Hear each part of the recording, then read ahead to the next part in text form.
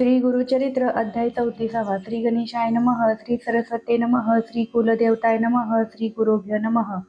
श्री गुरु त्या दाम्पत्याला म्हणाले, अशा रीतीने पराशर ऋषींनी काश्मीर रूपाला रुद्राक्षांचे महात्म्य सांगितले. त्याशिवाय त्या श्रेष्ठ ऋषीने आपल्या अमृतवाणीने राजकुमारांचे पूर्वजन्मीचे चरित्रही सविस्तर सांगितले. तेव्हा राजा संतुष्ट होऊन त्यांच्या पाया पडला आणि त्याने हात जोडून विनंती केली. राजा त्या ऋषीश्वरांना म्हणाला, स्वामी, रुद्राक्ष धारण केल्याचे पुण्य माझ्या मुलाला लाभले असे आपण सांगितले. पूर्वजन्मी वेश्येने त्यांच्या गळ्यात रुद्राक्ष बांधले तेव्हा तो अजाण होता. तरीही त्याच्या पूर्वपुण्याईने त्याला राजवैभवात जन्म मिळाला. तो आता ज्ञानी असून रुद्राक्ष धारण करतो. तेव्हा त्याच्या भविष्यात काय घडेल, भूत, भविष्य व वर्तमान याविषयी तुम्ही सर्व काही जाणता. तेव्हा हे स्वामी, माझ्या मुलाचे आणि मंत्री पुत्राचे भविष्य सविस्तर सांगावे. राजाचे बोलणे ऐकून त्या ऋषींनी दोन्ही पुत्रांची भावी लक्षणे सविस्तर सांगितली. ती ऐक. ऋषी राजाला म्हणाले, तू पुत्राचे भविष्य विचारलेस, पण कुणी सांगावे? हे ऐकल्यावर तुला दुःखही होईल. तेव्हा राजाने विनंती केली, स्वामी, मला सर्व सांगा आणि तुम्हीच दुःखावर उपाय सांगून मला दुःखमुक्तही करा. राजाने बोलणे ऐकून पराशर ऋषींनी विस्ताराने भविष्य सांगितले. राजा, तुझ्या मुलाचे आयुष्य 12 वर्षे आहे. त्याच्या वयाची 12 वर्ष पूर्ण होण्यास 7 दिवस बाकी आहेत. तुझ्या पुत्राला आजपासून 8व्या दिवशी मृत्यू येईल. ऋषींचे बोलणे ऐकून राजाला मूर्छा आली. शुद्धीवर येताच तो नाना प्रकारे विलाप करू लागला आणि ऋषींच्या पाया पडून, मी तुम्हाला शरण आले आहे, माझे रक्षण करा, असे म्हणू लागला. वारंवार शोकाने गहिवरून तो आपल्या स्त्रीसह ऋषींच्या पाया पडून, मी आता काय करू, असे विचारता झाला. तेव्हा कृपाळू पराशराने सांगितले, राजा, तू उमाकांत शंकराला शरण जा. मनातील सर्व भय सोडून आता शंकराचे ध्यान कर. तोच तुझे रक्षण करील. तू त्याचीच आराधना कर. काळाला जिंकण्याचा अन्य कोणताही उपाय नाही. जो एकमेव उपाय आहे तो तुला सांगतो. लक्षपूर्वक ऐक. व्योमकेशी शंकर हा स्वर्ग, मृत्यूलोकी व पाताळ यासाठी चिदानंद रूप निष्कलंक असा देव आहे. तोच असा मूर्तिमंत देव असून त्याने रजोरूपी ब्रह्मदेव निर्माण करून सृष्टीच्या चालनासाठी 4 वेदांची निर्मिती केली. त्याने ब्रह्मदेवाला वेद दिले आणि आत्मतत्वाचे ज्ञान असणारे उपनिषद स्वतःच्या संग्रही ठेवले. तो सर्वेश्वर शंकर भक्तवत्सल आहे. त्याने वेदांचे सार असलेला असा रुद्राध्याय ब्रह्मदेवाला दिला. रुद्राध्यायाचा महिमा अवर्णनीय आहे. रुद्राध्याय अविनाशी आहे. तो नाश पावणारा नाही. 4 मुखे धारण केलेला ब्रह्मदेवाने वेदांच्या अनुसार विश्वाची निर्मिती केली. मात्र शिवस्वरूप परमतत्वाचा रुद्राध्याय त्याहून वेगळाच आहे. त्या 4ही मुखांनी ब्रह्मदेवाने 4 वेद सांगितले.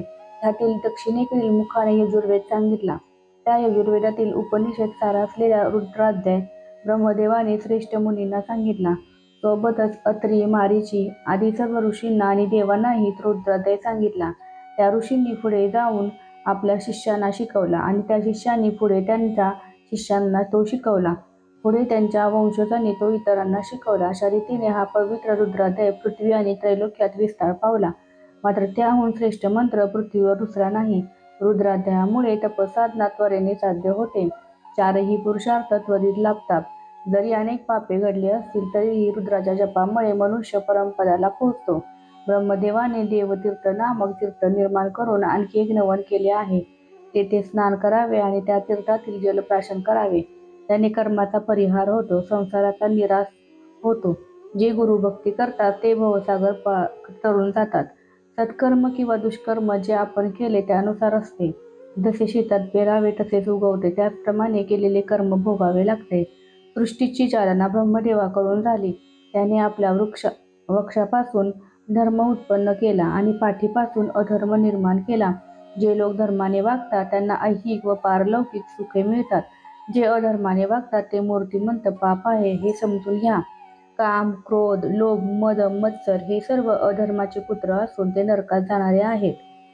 गुरुपत्नीशी गैरसंबंध ठेवणारा, मद्य पिणारा व चांडाळ स्त्रीशी संबंध ठेवणारा हे कामाचे पुत्र असून विशेषत्वाने नरकवासी आहेत. क्रोधामुळे जे वडिलांचा, मातेचा, ब्राह्मणाचा वध करतात, जे कन्येची विक्री करतात, ज्यांची उत्पत्ती क्रोधापासून झालेली आहे, त्यांना अर्थात क्रोधाचे पुत्र म्हणावे. ब्राह्मणाचे द्रव्य घेणारे, देवाचे द्रव्य घेणारे, ब्राह्मणाचे द्रव्य घेऊन परत न देणारे आणि सोने चोरणारे हे सर्व लोभाचे पुत्र आहेत. यमाने या सर्व पातकांना मृत्यूलोकात जाऊन आपापल्या गुणांप्रमाणे वागण्याची आज्ञा दिली आहे आणि तुमच्यासोबत सेवक म्हणून गौण पातकांना पाठवतो. जे लोक अशी पापे करणारे असतील त्या सर्वांना तुम्ही नरकात पाठवून द्या असे सांगितले. यमाची आज्ञा घेऊन सर्व पातके पृथ्वीवर आली, परंतु रुद्राचा जप करणाऱ्यांना पाहून पळून गेली. ती महापातके यमाकडे गेली आणि त्यांना विनवू लागली, आम्ही पृथ्वीवर गेलो होतो, परंतु भिवून परत आलो. हे यमराज, तुमचा जय जयकार असो. आम्ही तुमचे सेवक म्हणून त्रिभुवनात विख्यात आहोत, परंतु आम्हाला फारच भय वाटते. आम्ही तुमची आज्ञा घेऊन पृथ्वीवर गेलो होतो, परंतु रुद्र जप करणाऱ्याला पाहताच आम्ही अग्निज्वालेत पळून निघालो. आम्हाला पृथ्वीवर राहण्याची शक्ती नाही. रुद्राचा जप करणाऱ्यास पाहून आम्ही पळून निघालो. गावोगावी, नदी तीरावर, मोठमोठ्या नगरात, देवालयात, पुण्यक्षेत्रात ब्राह्मण रुद्राचा जप करतात. आम्ही त्यामुळे आगतिक झालो आहोत. लोक रुद्राध्यायाचा पाठ करतात, त्यामुळे आम्ही पृथ्वीवर व त्या गावात जाऊ शकत नाही. आम्ही माणसाजवळ जातो आणि त्याला पापे करायला लावतो, त्यामुळे तो महापापी होतो. त्याला मर्यादा राहत नाही. हजारो प्रायश्चित्ते घेऊनही जो मनुष्य पुण्यवंत होत नाही, तो ब्राह्मण रुद्र जपाने पुण्यवंत होतो. स्वामी, जो भक्तिभावाने केवळ एकदाच रुद्र म्हणतो, तोही पुण्यवंत कसा होतो? घोर पापी मनुष्यही पुण्यवंत होतो. मग आम्ही पृथ्वीवर संचार कसा करावा? आम्हाला फार कष्ट होतात. आमच्या दृष्टीला रुद्राचा जप म्हणजे प्राणघातक काळकूट विषसमान वाटतो, त्यामुळे आम्हाला पृथ्वीवर जाण्याची शक्ती उरत नाही. रुद्रपठण रूपी विषाचे शमन करण्यास तुम्ही समर्थ आहात, तुम्ही आमचे रक्षण करा, अशी ती पातके विनवण्या करू लागली. पातकाचे बोलणे ऐकून यमाने मान खाली घातली. त्याला राग आला. तो द्वेषाने ब्रह्मदेवापाशी जाण्यास निघाला. त्याने ब्रह्मदेवाजवळ प्रार्थना केली, हे कमलनिवासा, जगताला निर्माण करणाऱ्या चतुर्मुखा ब्रह्मदेवा, तुझा विजय असो. आम्ही तुला शरण आहोत. तुझ्या आज्ञेप्रमाणे काम करत आहोत. पापी लोकांना आम्ही नरकामध्ये आणतो. महापापी लोकांना नरकात आणण्यासाठी आम्ही आमचे दूत पाठवतो, पण पातकी लोक रुद्राचा जप करून पुण्यवंत होतात. ते सर्व स्वर्गात जातात. महापापी आणि अत्यंत दोषी लोकही त्यांची पातके नष्ट झाल्याने पुण्यवंत होतात. त्यामुळे नरक ओस पडले आहेत. नरकात सर्वत्र उदासवाणी छटा आहे. माझे राज्य व्यर्थ झाले आहे. सर्वजण मोक्ष प्राप्त करीत आहेत आणि सृष्टीची उत्पत्ती थांबली आहे. यावर उपाय शोधण्यासही आपण समर्थ आहात. स्वामी, माझे राज्य गेले, माझे रक्षण करा. तुम्ही लोकांना रुद्राध्यायासारखे महत्त्वाचे साधन स्वामित्व रूपाने कशासाठी दिले आहे? रुद्र जप केल्याने पापाचा नाश होतो. याच कारणाने मनुष्यलोकी पापाचा लवलेशही नाही.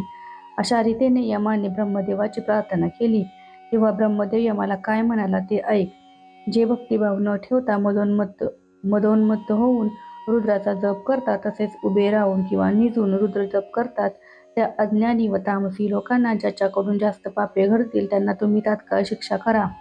मात्र जे लोक भक्तिभावाने स्पष्ट उच्चारण करतात व त्या रुद्र करणाऱ्यांना तुम्ही बाधा करू नका, असे तू पातकांना सांग. जे भक्तिपूर्वक रुद्र जप करतात त्यांना अधिक पुण्य लाभेल. जे पूर्वजन्मीच्या पापामुळे अल्पायुषी होऊन जन्माला येतात त्यांचे पाप रुद्रजपाने नष्ट होते. अल्पायुषी माणसाने जर विश्वासाने रुद्र जप केला तर त्याचे पाप जाते आणि तो दीर्घायुषी होतो. यमराजा, लक्ष देऊन ऐक. रुद्राचा जप केला असता तेज, कांती, बल, धैर्य, आयुष्य, आरोग्य, ज्ञान व संपत्ती यांच्यात वृद्धी होते.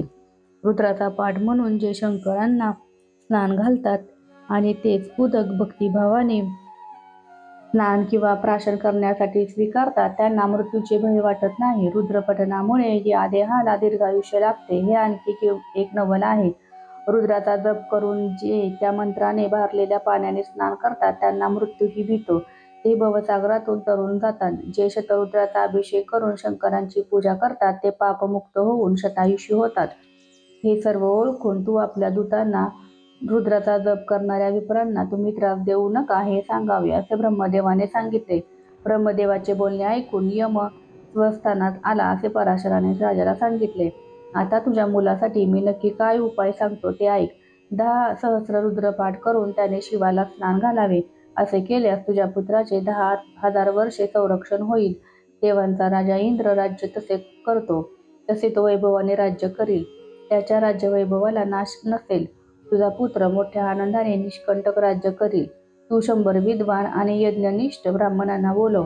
त्या ब्राह्मणांकडून शंकरांवर अभिषेक कर. तुझ्या मुलाचे आयुष्य वाढेल आणि त्याचे तात्काळ कल्याण होईल. अशा प्रकारे पराशराने राजाला सांगितले. तेव्हा त्याच्या सांगण्यानुसार राजाने आनंदाने कार्य प्रारंभ केला. पराशराने सांगितल्याप्रमाणे त्याने ब्राह्मणांना आमंत्रित करून 1,000 विद्वान ब्राह्मण जमविले. 100 कलश भरून उसाचा रसाने शंकरावर विधीपूर्वक अभिषेक केला. त्याच रसाने त्याने पुत्राला 7 दिवस दररोज स्नान घातले. या प्रकारे त्यांची 7 दिवस ईश्वराची आराधना केली. 7 दिवस झाले तेव्हा मुलाला अकस्मात मूर्छा आली. क्षणभर तो बेसावध झाला. तेव्हा पराशराने त्याचे रक्षण केले. त्यावेळी अदृश्य वाणी प्रकट झाली आणि त्यांना हातात दंड धारण केलेला एक महापुरुष दिसला, ज्याला मोठमोठ्या दाढा आहेत असे काही दूत तेथे आले. सर्व ब्राह्मण रुद्रपाठ म्हणत होते. त्याने स्वरयुक्त मंत्र म्हटले आणि मुलावर मंत्राक्षता टाकल्या. तेव्हा ते दूत दूर उभे राहून पाहत होते, मात्र ते जवळ येऊ शकले नाहीत. त्यांच्या हातात मोठे पाश होते. ते मुलावर पाश टाकण्याचा प्रयत्न करीत होते. तोच हातात दंड घेतलेले शिवदूत त्यांना मारावयास आले. तेव्हा ते यमदूत भिवून पळून गेले. वेदपुरुष रूपी शिवदूताने त्यांचा पाठलाग केला. अशा प्रकारे त्या ब्राह्मण श्रेष्ठांनी राजपुत्राचे रक्षण केले आणि वेदोक्त मंत्र म्हणून त्याला आशीर्वाद दिले. एवढे होते तोवर राजपुत्र सावध झाला. त्याचे मन शांत झाले. राजाला अतिशय आनंद झाला. त्याने मोठा उत्सव केला. त्याने ब्राह्मणांचे पूजन केले, सर्वांना भोजन दिले, तांबूल दक्षिणा देऊन सर्वांना संतुष्ट केले. त्या राजाने संतुष्ट मनाने मोठी सभा भरविली. सर्व ब्राह्मणांना मानाने बसविले. पराशराला सिंहासनावर बसविले. राजाने इष्टमित्र व पुत्र यांसह भोजन केले व तो स्त्रीसह सभेत येऊन बसला. त्यावेळी सर्वांना फार आनंद झाला. त्याच वेळी ब्रह्मदेवाचा पुत्र नारद मुनी आला. राजा त्याला सामोरा गेला आणि त्याने मुनीला वंदन केले. त्याची सहउपचार पूजा केली आणि साष्टांग नमस्कार करून तो स्थानापन्न झाल्यावर थोड्या वेळाने हात जोडून म्हणाला, तू त्रैलोक्यात संचार करतोस. काय विशेष वार्ता आहे? अपूर्व काही घडलेले असेल तर सांग. तेव्हा नारद राजाला म्हणाला, मी कैलासाला गेलो होतो. येताना मार्गात अद्भुत घटना पाहिली ती ऐक. मृत्यूदेव आपल्या दूतांसह तुझ्या मुलाला नेण्यासाठी आला होता. पण तेवढ्या शंकराच्या दूतांनी तिथे जाऊन त्यांना पराभूत केले. यमदूत पळून यमाकडे गेले आणि म्हणाले, आम्हाला शिवदूतांनी मारले. आम्ही आता पृथ्वीवर कसे काय जाणार? तेव्हा यम रागाने निघाला आणि वीरभद्राकडे जाऊन विचारता झाला, स्वामी, माझ्या निरपराध दूतांना मार का दिलात? राजपुत्र त्याच्या कर्मफलाप्रमाणे अल्पायुष्य होत. त्याला दूत आणीत असे तेव्हा शिवदूतांनी का मारले? तेव्हा वीरभद्राने रागाने महारुद्रावतार धारण केला व म्हटले, राजपुत्राला 10 सहस्र वर्षे आयुष्य आहे. तू चित्रगुप्ताला न विचारता दूतांना व्यर्थ पाठवलेस. तुझ्या दूतांना शिवदूताने जिवंत सोडले, हे वाईट केले. चित्रगुप्ताला बोलाव. राजपुत्राच्या नावे किती आयुष्य जमेस आहे ते विचार. यमाने सेवकांना पाठवून चित्रगुप्ताला तिथे बोलावून घेतले. त्यामुळे चित्रगुप्ताला विचारले तेव्हा त्याने लिखित पाहून म्हटले, येथे राजकुमाराला 12 वर्षे आयुष्य दाखवले आहे, पण येथेच आणखीन 10,000 वर्षे आयुष्यही नोंदवले आहे.